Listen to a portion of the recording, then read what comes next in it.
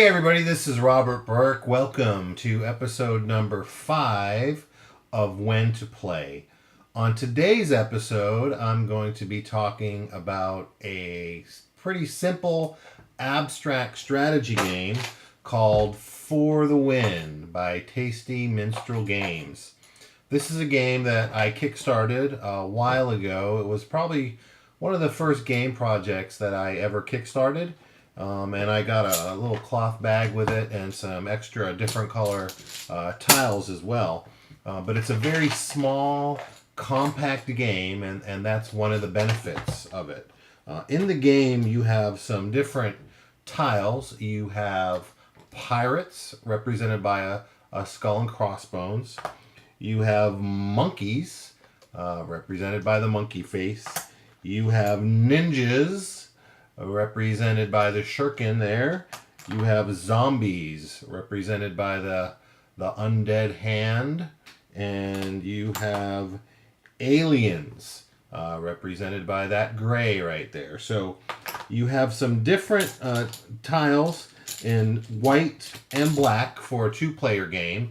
And then if you want to play with 3 to 4 players, I got these with the Kickstarter campaign. I don't know if they're available. They probably would be, but they also have blue and they have green. So you can play with up to 4 players that way. Now, if you're familiar with a game called Hive, this game has brought a lot of comparisons to that game. Because what you're trying to do is you're trying to line your tiles up, and you're trying to get 5 tiles in a row. And a row can be diagonal, it can be one on top of the other, or they could be side by side. But when you get 5 connected that way, that are all turned face up, not turned on upside down, turned on the other side, then you automatically win the game. So that's the goal. So each creature or each tile has different abilities. So let me talk about that. And you have a card here where you can keep track of your actions, and there's also a pawn that keeps track of who the current player is.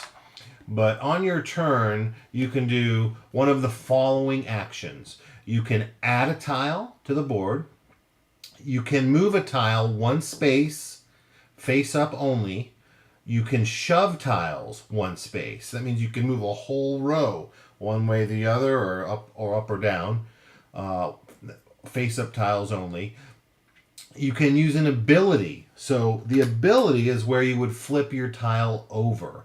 Like if I wanted to use the ability of this ninja tile, I would have to flip it over on the table and expose the red side of the tile.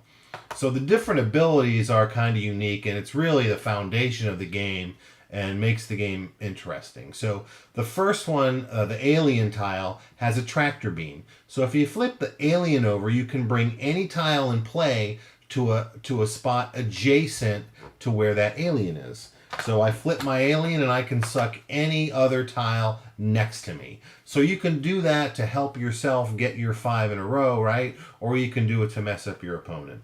The monkey, if you flip your monkey over, you also get to flip every tile adjacent to the monkey tile you just flipped.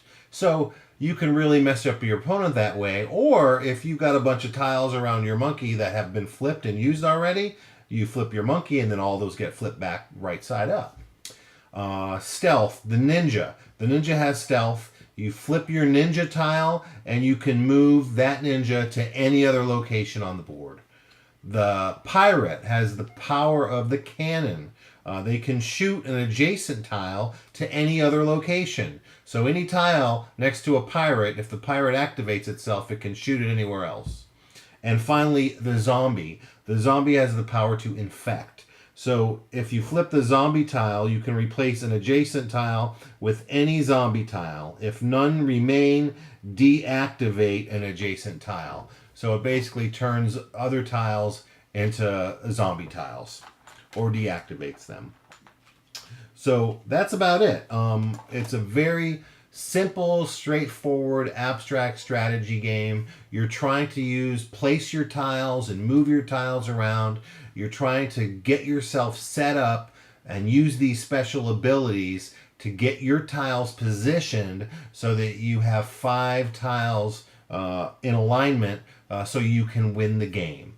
So it's an abstract game. The theme, there's not really a theme, right? It's just kind of fun. It's pirates, zombies, monkeys, aliens, and ninjas. I mean, all pretty things that geek culture really finds attractive. Well, except maybe monkeys, but everything else is a pretty cool thing. You put them in a box and you call it For the Win. Now, who's this game for? If you're a hardcore gamer, this game is not going to be much more than a filler for you. Now, the strategy can get intense. I mean, a game like chess, right? Very simple, abstract game, but there is a lot there. I mean, it's a game that's been around for thousands and thousands of years. The same kind of stuff applies here in For the Win. You've really got to think about what you're doing, but your experience is going to depend on your opponent. It's going to be heavily dependent on that.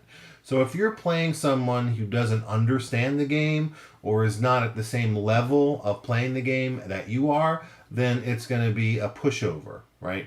What you want to do is play this game with somebody who is equal to you in strategy or a little bit better. That's where the game is going to shine, when you have somebody that's your equal that you're playing with. It's a great 2-player game. It's compact. So it's something that you could take on a picnic with your wife. The tiles are these thick plastic tiles, so they're resistant to weather. This is one of the few games I could take on my boat to play because it doesn't take up as very much space, and they can get wet and nothing's going to happen to them because they're made out of plastic. So it definitely has its benefits. I think I've brought it to my game group one time and we played it as a filler, and it didn't go over really great. So, if you're somebody who really just enjoys, heavier strategy games or role-playing games or something that's not an abstract strategy game, then this is probably not going to be something to appeal to you. But if you like abstract strategy games at all, if they have a place in your library at all, then this is something that you probably want to pick up. Now, I'm not really sure what the cost is. Let me check real quick. All right, so I just checked on Amazon.com, and For the Win is available there for $7.99. So it's a very small investment to make for this game.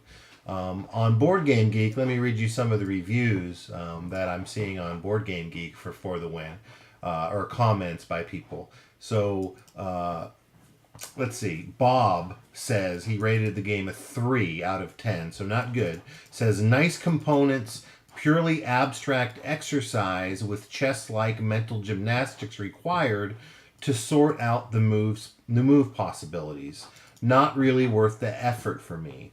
So for Bob, he rated it a 3, right? But that's a 3 for Bob. So, but Bob's comment tells us a lot, right? So if you like chess-like games, if you like abstract strategy games, if you like games where you really have to think through the moves that could happen now by your opponent on their next turn, or maybe 3 moves into the future. If you like that kind of game, then this is a game that you're really going to like, especially for $8. It's a pretty good deal for $8. Here's another one. Wanted to love it, and it's very strategic, but it's boring. So that's the flip side, right? A lot of people just don't like abstract strategy games.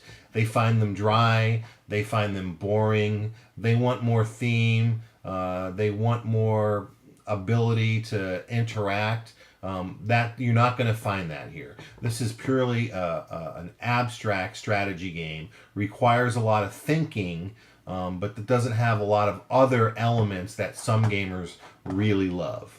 Now, some people have rated this a 10. So here is Peter. Says it's not chess, nor checkers, nor Hive, nor smash up, nor a slide-a-puzzle. It's For the Win. Fun, chaotic, excellent, beer and pretzels, 2-player abstract game, very portable. Many action choices, potential analysis paralysis, but this is a blast if players keep it light. i.e. beer and pretzels game rather than a chess-like game. I have not played it with more than 2 players, in which case it requires a 3 and 4 player expansion. Um, so again, if you like abstract strategy games, this is something I think you're going to enjoy. So that's the bottom line. I've played it with my kids. My son loves this game. He actually gets something from the ninjas and the pirates and the aliens, and when he can win the game, he becomes very, very excited. So I think it's something you can play with your kids as well. If you play it like Peter just said, if you play it with a lighter attitude, it can certainly be played seriously, like a game of chess with an opponent that's your equal. But you can also have fun with this game if you choose to play it light and just have fun with it and have a good time. You can pull it out at a cafe. You can pull it out. It comes out of your pocket at a restaurant. You could have your kids play it to keep them quiet when they're at the doctor's office or the dentist in the waiting room. You can take it on your boat even. So it does have a lot of good things going for it. And for $8, I would say it's definitely worth having in your collection if you're the type of gamer that where abstract strategy games appeal to you.